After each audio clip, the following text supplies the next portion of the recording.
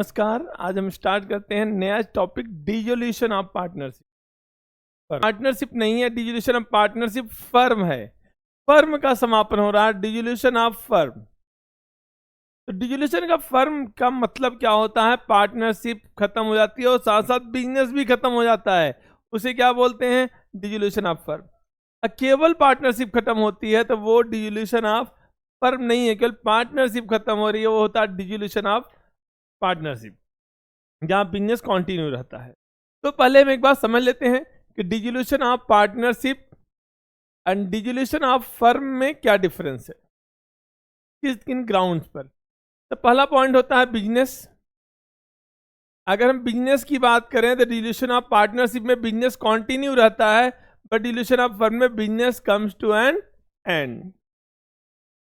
Account की बात करें, बुक्स ऑफ अकाउंट की बात करें अगर हम, तो यहां हमारे बुक ओपन रहते हैं और यहां बुक क्या होते हैं? क्लोज। कान खत्म, बुक भी खत्म। Accounting relations, accounting relation. तो डिसोल्यूशन ऑफ पार्टनरशिप में रिलेशन चेंज होते हैं, अल्टर होते हैं। मैंने डेल्टा बना दिया, डेल्टा मतलब अल्टर हो जाते हैं रिलेशंस। तो यहां रिलेशन खत्म हो जाते हैं, मतलब निकल गया तो पहचानते नहीं, हम खत्म हो गए हमारे रिलेशन, हम आपको जानते नहीं, खत्म हो गया रिलेशन आपका। अगला पॉइंट होता है यहां पर एसेट्स। एसेट्स यहां पर क्या होते हैं? रीवैल्यूड होते हैं। और यहां एसेट्स क्या होते हैं? रियलाइज्ड होते हैं।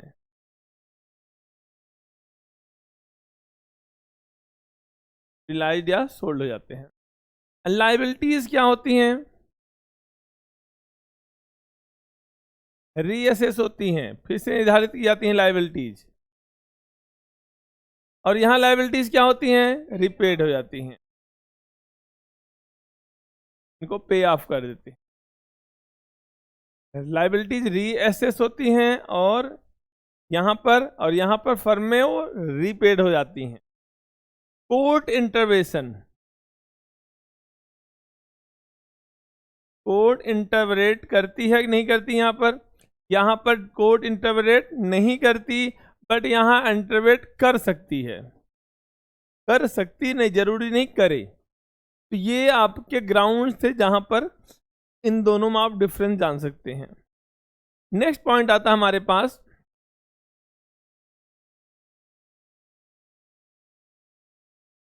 क्योंकि हम सीयूटी कर रहे हैं तो थ्योरी बहुत इंपॉर्टेंट होता है। मोड्स ऑफ डिसोल्यूशन, क्या क्या मोड्स हैं हमारे पास?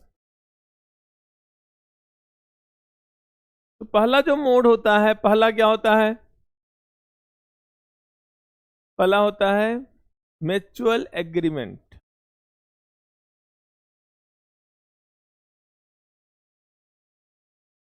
अगर सारे पार्टनर एग्री हैं तो वो फर्म को डिजॉल्व कर सकते हैं, that is called mutual agreement, dissolution by mutual agreement. दूसरा होता है बाय नोटिस, मतलब आप नोटिस देकर भी फर्म को डिजॉल्व कर सकते हैं, बट कौन से केस में? कि पार्टनरशिप एट विल है। तो अगर पार्टनरशिप एट विल है तो कोई पार्टनर इन रिटर्न नोटिस देकर फर्म को डिजॉल्व कर सकता है। थर्ड पॉइंट आता है कंपल्सरी डिसोल्यूशन। कंपल्सरी डिसोल्यूशन में हमें केवल 2 पॉइंट देखना होता बस। फर्स्ट क्या है? All partner except one becomes insolvent. All partners except one becomes insolvent. एक को छोड़कर बाकी पार्टनर क्या हो जाएं? इंसॉल्वेंट हो जाएं। और यहां पे क्या होता है? दूसरा पॉइंट क्या है? Business of firm becomes illegal. Business क्या हो जाए? इलीगल। बिजनेस आपका इलीगल हो जाए या सारे पार्टनर, एक को छोड़कर बाकी सारे पार्टनर क्या हो जाए? इंसॉल्वेंट हो जाए। इन दैट केस जो फर्म है वो कंपल्सरी डिसॉल्व हो जाती है। अगला आता है हैपनिंग ऑफ इवेंट। कोई कंपल्सरी बहुत इंपॉर्टेंट है, ध्यान देकर चलना है इसको। अगला पॉइंट होता है happening of event, on happening of an event, किसी एक घटना के होने पर भी फर्म डिजॉल्व हो सकता है। कोई पार्टनर की मौत हो गई तो फर्म क्या हो सकता है, डिजॉल्व। कोई पार्टनर इंसॉल्वेंट हो गया, फर्म क्या हो सकता है, dissolve. Completion of venture, venture complete हो गया, फर्म क्या हो सकता है, डिजॉल्व। आपका टाइम पीरियड एक्सपायर हो गया, कितने टाइम के लिए पार्टनरशिप की थी वो टाइम क्या हो गया, खत्म, तो पार्टनरशिप भी क्या हो गई, खत्म, फर्म आपका डिजॉल्व हो गया।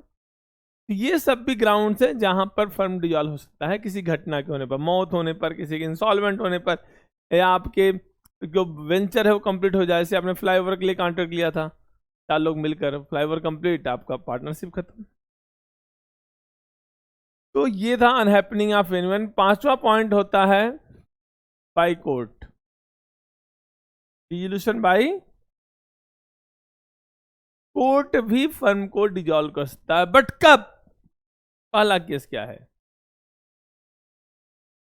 If a partner is found unsound mind, एक पार्टनर अनसाउंड माइंड का है। दूसरा, a partner is permanently incapable of performing his duty, अपनी ड्यूटी परमानेंटली परफॉर्म, मतलब परमानेंटली इनकेपेबल है, अपनी ड्यूटी परफॉर्म नहीं कर सकता। तीसरा, एक partner found guilty of breaching partnership deed, partnership deed का बार बार वायलेशन हो रहा है, वो डिसॉल्व कर सकता है। या firm is incurring losses, regular losses, and there is no possibility of profit in future, court dissolve कर सकता है फर्म को। या कोर्ट को ऐसा लगता है कि भैया खत्म मामला करो, तो खत्म कर सकता है। ठीक है, ये सारे क्या थे, ग्राउंड्स। क्या था पहला point, mutual agreement, by notice, compulsory, happening of an event and by court. ये सारे पॉइंट्स आपको ध्यान में रखने हैं, कौन किसका पॉइंट है, एमसीक्यू में इसके क्वेश्चंस आ सकते हैं। नेक्स्ट पॉइंट आता है हमारे पास, मैंने कल चार्ज भी समझा था आपको, ताकि लाइबिलिटीज पहले किसको पे करते हैं, ऑर्डर ऑफ पेमेंट पढ़ते हैं हम लोग, ऑर्डर ऑफ,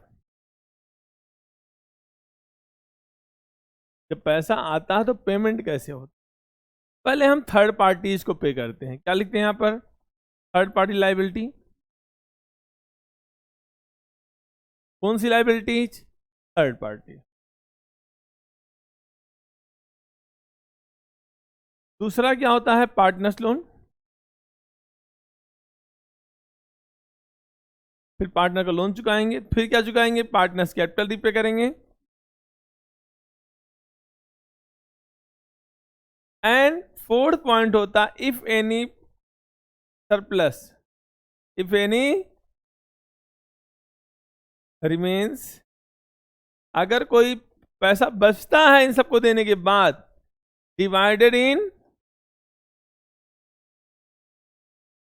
किस रेशियो में करेंगे, इन प्रॉफिट शेयरिंग रेशियो। यहां तो आपका एग्जिस्टिंग रेशियो होगा, उसे मार देंगे। तो पहला पॉइंट होता है थर्ड पार्टी लाइबिलिटी, फिर होता है पार्टनर्स लोन, फिर पार्टनर्स कैपिटल, फिर अगर कोई पैसा बचता है that is divided in partners in their profit sharing ratio. Clear हो गया। अब आते हैं कुछ नेक्स्ट चीजों पर, firm debt and private debt मैंने समझाया था।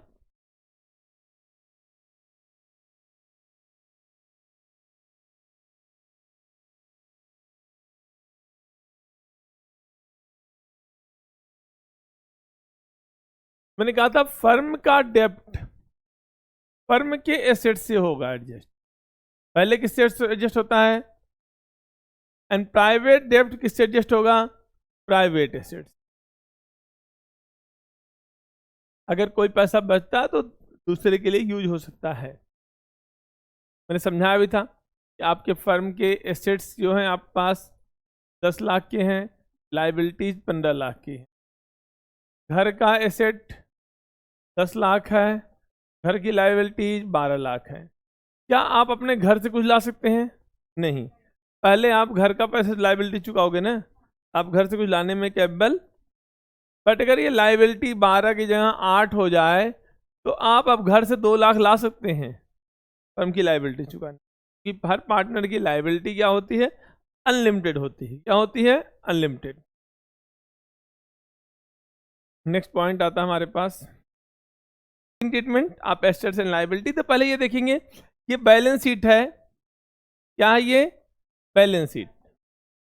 तो ये बैलेंस शीट में होता क्या है, पहले देखते हैं। ये लायबिलिटी साइड है, ये एसेट साइड में। पहला चीज क्या होता है आपका, कैपिटल, जैसे एक्स और वाई की है, करंट एक्स और वाई की है, करंट उधर भी हो सकता है, दिक्कत वाली बात नहीं है।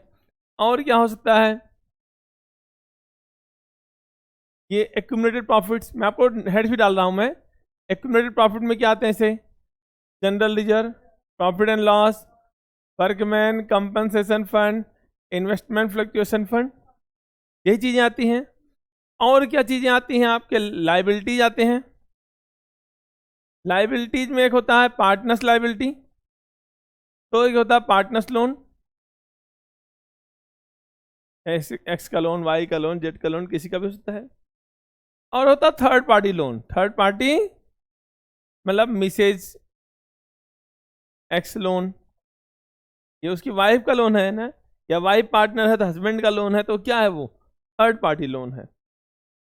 ठीक है, अगला पॉइंट आता है यहां पर creditors, bill payable, outstanding expenses, advance rent, ये सब चीजें क्या होती हैं, यहां पर आती है थर्ड पार्टी लोन ट्रांसफर बोलते हैं इसको। तो जब हम रियलाइजेशन अकाउंट बनाएंगे तो क्या क्या ट्रांसफर करेंगे, ये सारी चीजें अपोजिट साइड में रियलाइजेशन में आएंगी। मैं आपको दिखाता हूं, अगर हम रियलाइजेशन बनाएंगे तो रियलाइजेशन कहाँ बनाएंगे, रियलाइजेशन यही बनाएंगे ना, रियलाइजेशन अकाउंट।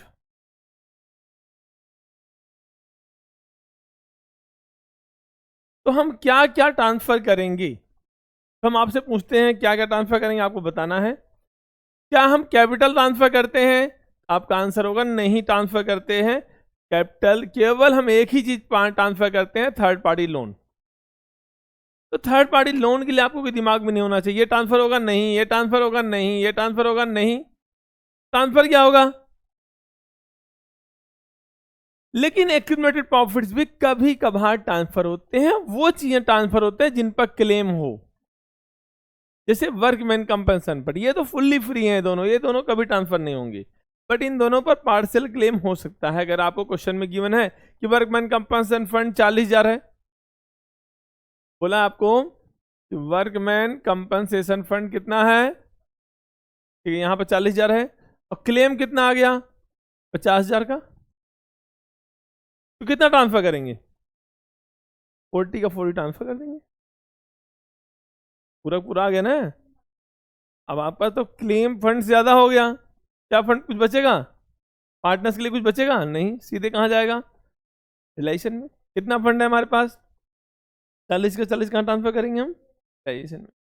लेकिन क्लेम मान लो 30,000 का है, तो 30,000 का फंड कहाँ ट्रांसफर करेंगे, अब बाकी 10,000 कहाँ जाएगा, पार्टनर्स कैपिटल में।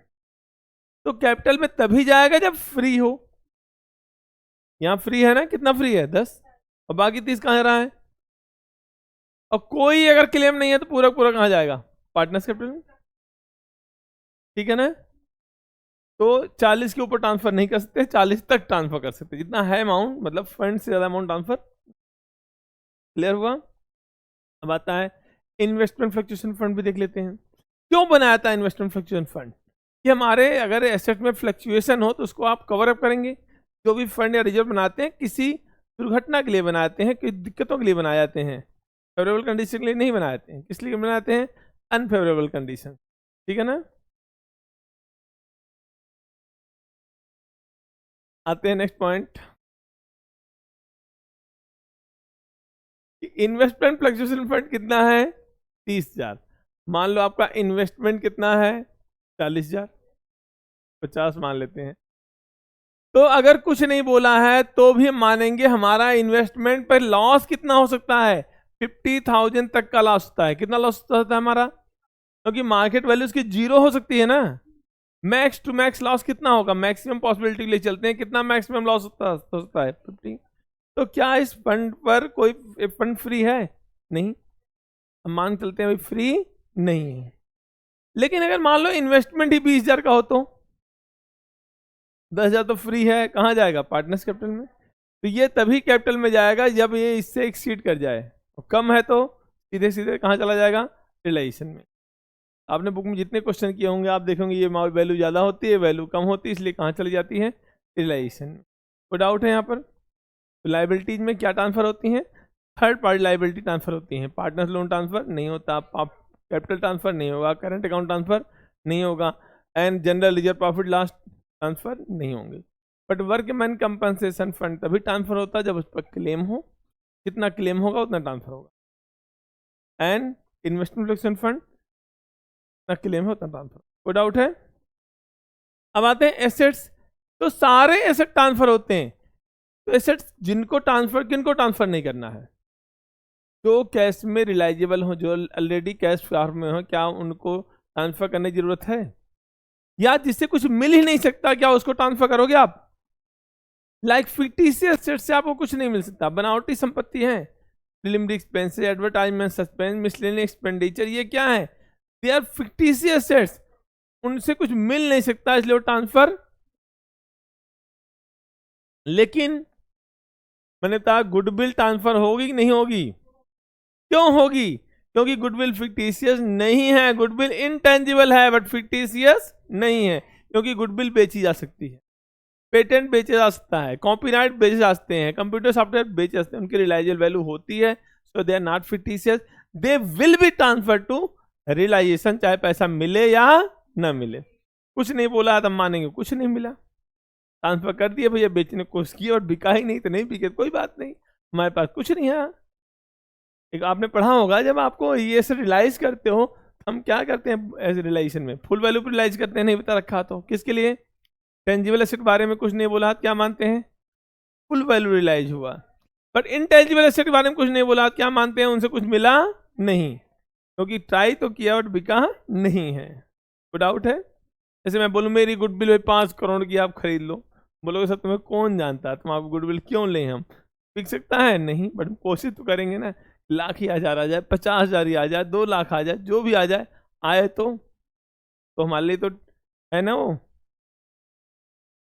ठीक है, तो ये आपको समझ में आ गया। अब हम पढ़ते हैं ट्रीटमेंट ऑफ, हम पढ़ेंगे ट्रीटमेंट ऑफ एसेट्स। तो एसेट्स के ट्रीटमेंट में 3 चीज होती है। क्या करते हैं एसेट्स को? या तो बेचेंगे, या तो इन्हें कोई पार्टनर ले लेगा, या तो लाइबिलिटी टेक ओवर कर लेंगी। तो अगर कोई एसेट बेच रहे हो, मैंने कहा हमारे पास एसेट वेसेट नहीं रह गई, लाइबिलिटी रह गई, सब कुछ कहाँ ट्रांसफर हो गया? रियलाइजेशन में। एक्चुअल कॉन्सेप्ट है, जो पैसा आ रहा है हमारी क्या इनकम है, कहाँ जाएगा? रियलाइजेशन क्रेडिट में, और जो चीज जा रहा है हमारा क्या है? एक्सपेंस है, क्योंकि यहाँ गोइंग कंसर्न कॉन्सेप्ट अप्लाई नहीं करता, तो जो मिल रहा है इनकम, जो दे रहे हो क्या है? वो एक्सपेंस होता है। ऐसा क्यों होता है? क्योंकि यहाँ गोइंग कंसर्न कॉन्सेप्ट, बिजनेस चलता रहेगा, चलता चले कहाँ, बिजनेस खत्म हो गया ना, तो गोइंग कंसर्न कॉन्सेप्ट खत्म हो गया। तो जो भी मिल रहा है क्या है? वो इनकम है, जो आप दे रहे हो क्या है? एक्सपेंस है। तो जो भी मिल जाए, मान लो आप एक एसेट 40,000 का था और मिला कितना? 4,000, तो मिला जो क्या है? इनकम है। अब आप ये नहीं पता 36,000 कहाँ गया, वो 36,000 से में कोई मतलब नहीं, मिला कितना? 4, वो हमारा क्या है? इनकम है। हमारे पास कुछ नहीं ना अब, तो जो मिल रहा है इनकम, क्या एंट्री करेंगे आप? Bank account debit to realisation. कितनी वैल्यू लिखते हैं इस क्वेश्चन में? 4,000 लिखते हैं। तो जब एसेट बेचेंगे तो एंट्री करेंगे। मान लो हमारा एसेट बिका नहीं, कोई पार्टनर ले लिया, भैया हमें बड़ा पसंद है, चेयर तिवारी उठा ले गई, मुझे बड़ा पसंद है, हम इसके लिए 500 रुपये दे देंगे। तो ठीक है, एसेट चल 300 रुपये का हो, 400 रुपये का हो, जितने में ले गई तिवारी उतना एंट्री करेंगे। क्या एंट्री करेंगे हम? पार्टनर ले रहा था उसकी कैपिटल से डेबिट करेंगे ना, हम पैसा देगा नहीं हो, हाँ एडजस्ट करेगा अपनी कैपिटल से। तो क्या एंट्री करेंगे हम? Respective partners capital account debit, और इनकम हमारा, कोई एसेट बिक रहा था हमारा क्या है? Income to realisation account. कोई डाउट है यहाँ पर? ये भी वही है, जिस वैल्यू पे ले रहा वही वैल्यू आएगी। एग्रीड वैल्यू, कौन सी वैल्यू आती है? Agreed value. एग्रीड मतलब जिस वैल्यू पर आपने एग्री किया, भैया 5 रुपये मिलेगा, 4 रुपये मिलेगा, 8 रुपये मिलेगा, वही वैल्यू लिखना। अब एसेट्स को पार्ट लाइबिलिटी ने टेक ओवर कर लिया, तो ना कुछ आया ना कुछ गया, न उद्धव को लेना न माधव को देना, इस कहानी इज ओवर। क्या लिखेंगे यहां पर?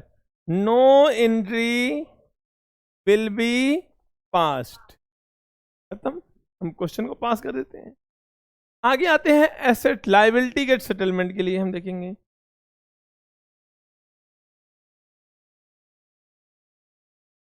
तो लायबिलिटीज में क्या होगा, यहां भी सेम टेम कंडीशन होंगे, 3 कंडीशंस। या तो क्या करेंगे, on payment taken by partner, liability क्या हो रहा है, taken by partner, taken by assets. तो लायबिलिटी हम पे करें तो एक्सपेंस हो रहा हमारा ना, liability taken asset, taken by asset नहीं, एसेट लायबिलिटी को नहीं ले सकते, लायबिलिटीज एसेट्स को ले सकती, ठीक है ना, गलत सेंट। तो अगर आप लायबिलिटीज का पेमेंट करें, it is your expense, expense हो रहा तो कौन सा अकाउंट डेबिट होगा, रियलाइजेशन। क्या एंट्री करेंगे हम, रियलाइजेशन टू बैंक,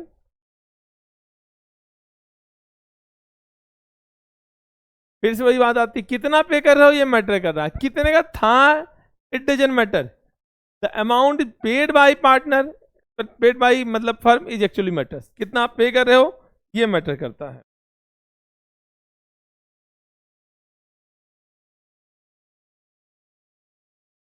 नेक्स्ट चीज हमारे पास, अगर पार्टनर ने लायबिलिटी ले लिया तो ये भी हमारा एक्सपेंस है, एक्सपेंस हमारा कौन पे कर रहा है, partner, their capital will be credited, partner हमें पे कर रहा है, उसकी कैपिटल क्रेडिट कर देंगे। क्या एंट्री करेंगे हम, realisation debit to partners capital.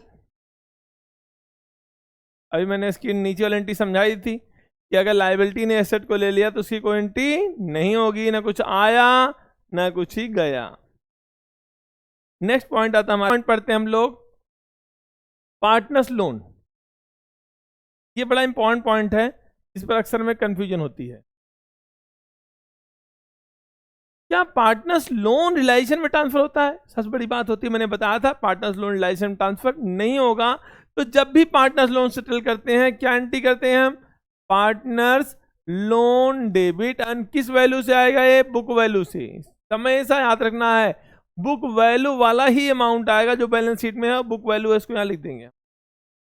अब कितना पे कर रहे हैं ये देखते हैं, अगर आप इसे कैश में पे करते हो तो क्या लिखते हो आप, टू बैंक।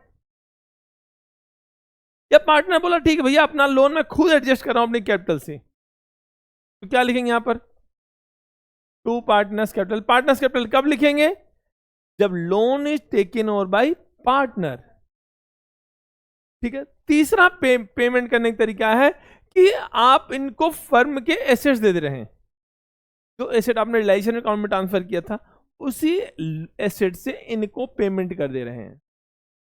मतलब loan is settle by taken और बाय फर्नीचर मशीनरी, मतलब loan is settle by taking assets, लिख दे रहा हूं मैं, loan is settled by taking assets. क्या मैंने कहा हमारे पास कोई एसेट है क्या, एक्चुअल में नहीं है, सबको हमने कहा ट्रांसफर कर दिया, रिलायजेशन में।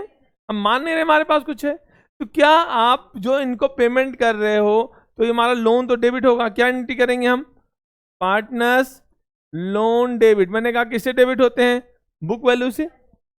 क्या आपके लिए इसके लिए कोई पेमेंट करना पड़ा, सारा कुछ किससे एडजस्ट हो गया, आपके उन एसेट से, बिल्डिंग फर्नीचर मशीनरी वही देकर मामला चलता लिया आपने ना, कुछ कैश तो गया नहीं, पूरा पूरा अमाउंट क्या है, प्रॉफिट है, कहां जाएगा, रिलेशन में, तो टू रिलाइजेशन।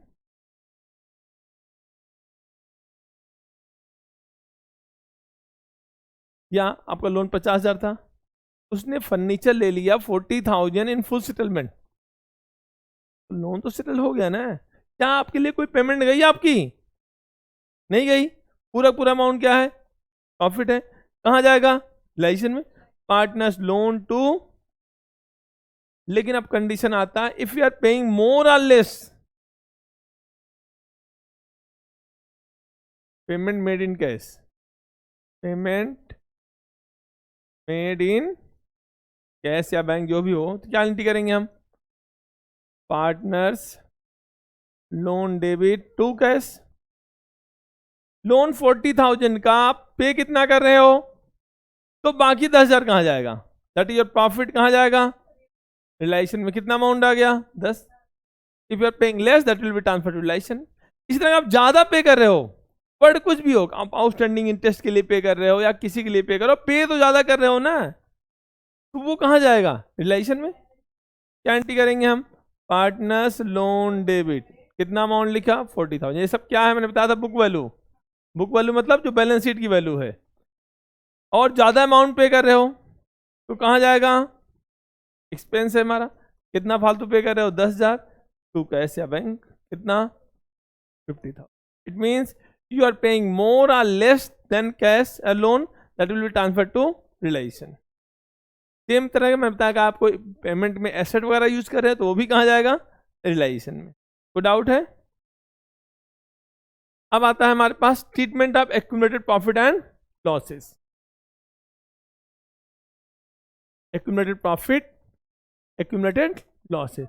तो प्रॉफिट लॉस का मतलब जानते हो आप लोग, general reserve, profit and loss, workman compensation fund, investment protection fund, क्या है, एक्यूमुलेटेड प्रॉफिट है। एक्यूमुलेटेड लॉसेस क्या है, advertisement suspense, preliminary expenses, miscellaneous expenditure, क्या है, एडवर्टाइज, ये है एक्यूमुलेटेड लॉसेस है। तो जब भी प्रॉफिट का बैलेंस क्या होता है, क्रेडिट, तो खत्म करने के क्या करेंगे, डेबिट करेंगे। कहाँ ट्रांसफर करेंगे, ओल्ड पार्टनर्स में, किस रेशियो में, ओल्ड रेशियो में। तो कहाँ ट्रांसफर होते हैं, ओल्ड पार्टनर्स, ओल्ड रेशियो। ये भी कहाँ ट्रांसफर होंगे, ओल्ड पार्टनर्स। तो क्या एंट्री होगी इसकी, एक general reserve debit, profit and loss debit, workman compensation fund debit, investment fluctuation fund debit to partners capital. और यहां भी क्या होगा, पार्टनर्स कैपिटल टू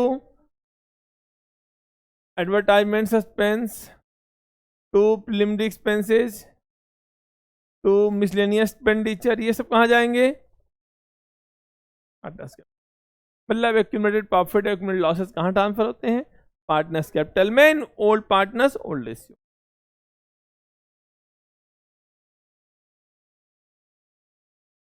तो नेक्स्ट चीज बचता है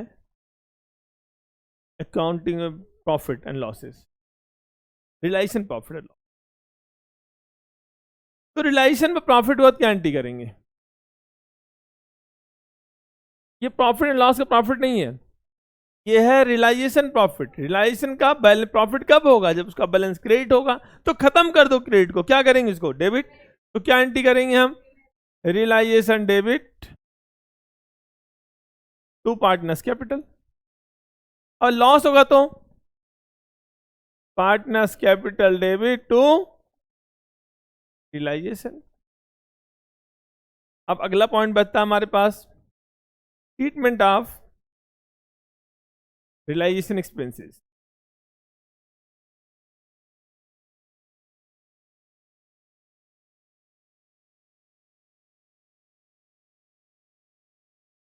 रिलाइजेशन एक्सपेंसेस का ट्रीटमेंट क्या होता है, तो ये देखना होता है जो बॉन्ड करता है, बॉन्ड बाई, उसी का खर्चा होता है। किसका खर्चा होता है, उसी का एक्सपेंस, उसी का एक्सपेंस, ठीक है ना, क्लियर हुआ। या ऑन बिहाफ बोला है,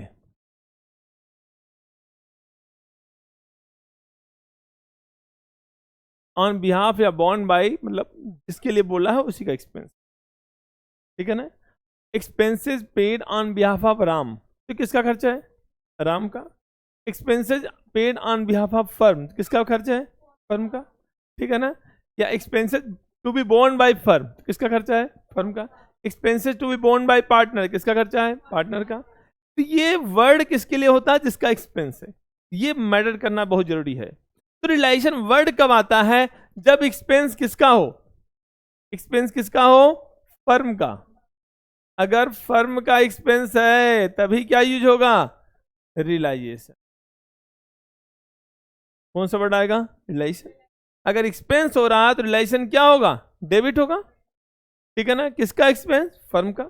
अब एंट्रीज हम कुछ देख लेते हैं कि Ramesh partner, Ramesh partner paid ₹3,000 as realisation expense, realisation on behalf of firm, on behalf of firm. तो ये जो रमेश ने पे किया 3000 पे किया, किसके बिहाफ पे पे किया? तो किसका खर्चा है? पे कौन कर रहा है? तो जब फर्म का खर्चा है तो कौन सा अकाउंट डेबिट होगा? रिलायंस। रिलायंस हमारे खर्चे कौन पे कर रहा है? पार्टनर पे कर रहा है, उसको क्रेडिट करो, रिलायंस डेबिट टू पार्टनर्स कैपिटल। ठीक है ना? खर्चा फर्म का है तो रिलायंस डेबिट होगा, कौन पे कर रहा है? पार्टनर्स की कैपिटल क्रेडिट हो जाएगी, रिलायंस टू पार्टनर्स कैपिटल। अब एक्सपेंसेस पेड बाय फर्म, मैं बोलूं मैं अगर section point, expenses paid by firm on behalf of partner, on behalf of partner. आपने खर्चे किसके बिहाफ पे किए? पार्टनर के। तो खर्चा है किसका?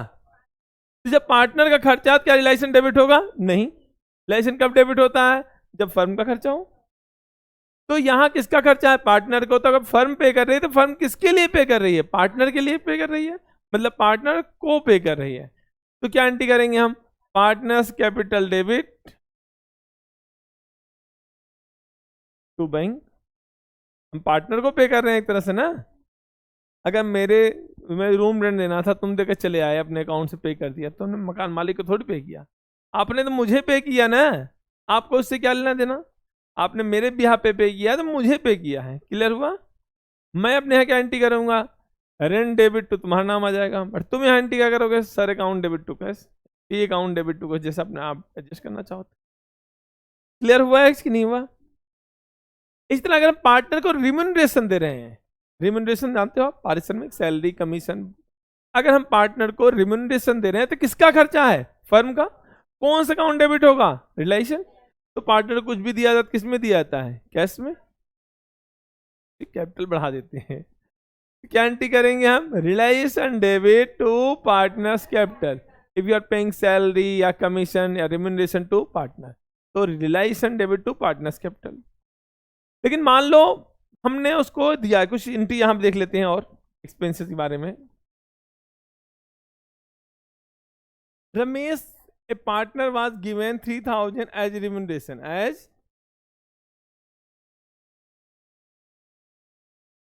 and he agrees to bear expenses, and he agrees to bear expenses। ठीक है ना? Actual expenses paid by Ramesh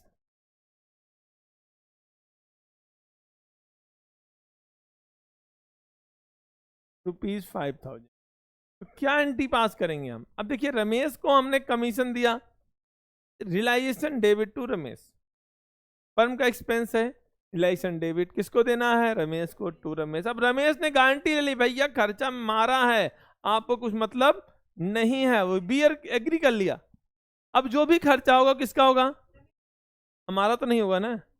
अब पे कौन कर रहा है? रमेश ही। हमें कोई मतलब है? वो ज्यादा पे करें चाहे कम पे करें, हमें घर लुटा दें, हमें कोई मतलब, या घर लुटा दें या चाहे सारा बचा लें, हमें कोई मतलब नहीं है। गारंटी हो गई, हमने कमीशन दे दिया, काम खत्म। क्लियर हुआ? लेकिन अगर ये पॉइंट हम हटा दें, डिलीट कर दें, and he agrees to bear all expenses, तो यहां पर अब क्या होगा? रमेश को हमने 3000 दिया, क्या एंट्री करेंगे? रिलायंस डेबिट टू रमेश कितना? 3000। अब फिर रमेश ने 5000 पे किया, तो क्या होगा? किसका खर्चा है? ये फर्म का ही है। कहीं रमेश ने गारंटी ली तो फर्म का खर्चा कौन पे कर रहा है? रमेश। तो एंट्री क्या होगी? रिलायंस डेबिट टू रमेश। समझ में आया? कोई गारंटी, क्या रमेश ने कोई गारंटी ली? तो खर्चा किसका रह गया? फर्म का ही। फर्म का खर्चा रमेश पे कर रहा है, तो इसमें एक डायरेक्ट एंट्री कर सकते हो, रिलायंस टू रमेश 8000। यहां भी रिलायंस टू रमेश हो रहा है, यहां भी रिलायंस डेबिट टू रमेश ही हो रहा है। अगर एक लाइन यहां फिर लिखते हैं, and he agrees to bear all expenses, he agrees to bear all expenses। अब यहां पर actual expenses paid by firm लिख दे रहा हूं मैं इसके।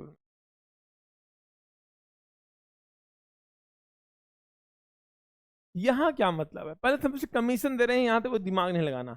रियलाइजेशन डेबिट टू रमेश कितना 3000। अब उसने गारंटी ली है, ठीक है, उस पे कर रहे हैं, बट पे कौन कर रहा है? तो फर्म किसके बिहाफ पे कर रही है? पार्टनर के। क्या एंट्री करेंगे हम? पार्टनर या रमेश कैपिटल टू बैंक। हम पार्टनर को पे कर रहे हैं, पार्टनर के बिहाफ पे कर रहे हैं, मतलब पार्टनर को पे कर रहे हैं। लाइन का बड़ा मतलब होता है, समझ में आ गया होगा।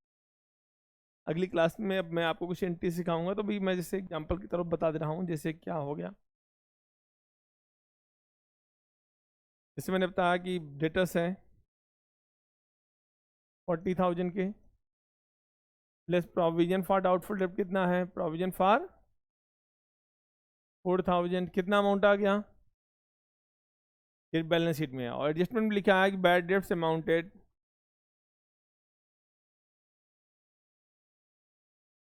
₹3,000। क्या एंट्री पास करेंगे हम? कितने हैं? प्रोविजन तो कैंसिल हो जाता है ना, तो मतलब रह गया। डेटर्स कितने हैं? बैड डेब्ट्स कितने हो गए? तो पैसा मिला कितना? 37। पैसा मिलता है तो क्या एंट्री करते हैं? बैंक टू रियलाइज है। बिल्कुल आसान क्वेश्चन है। अगर इसी क्वेश्चन मिला हैंडेड ओवर टू डेब्ट कलेक्टिंग एजेंसी एट 75%, तो क्या एंट्री होती? एंट्री वही होती, बैंक टू रियलाइजेशन। इस लाइन से हमें कोई मतलब, डेटर्स कितने हैं, कितना डेब्ट कलेक्टिंग एजेंसी मतलब गुंडे मोहल्ले दे दिया, पैसा वसूल दो, हमें 75% दे दो बस। हमें कितना पैसा मिल रहा है? 75%। कितना मिलता है? 30,000। एंट्री खत्म। तो मैं आपको ऐसी कुछ एंट्रीज करेंगे, बट हम नेक्स्ट क्लास में करेंगे। Till then bye.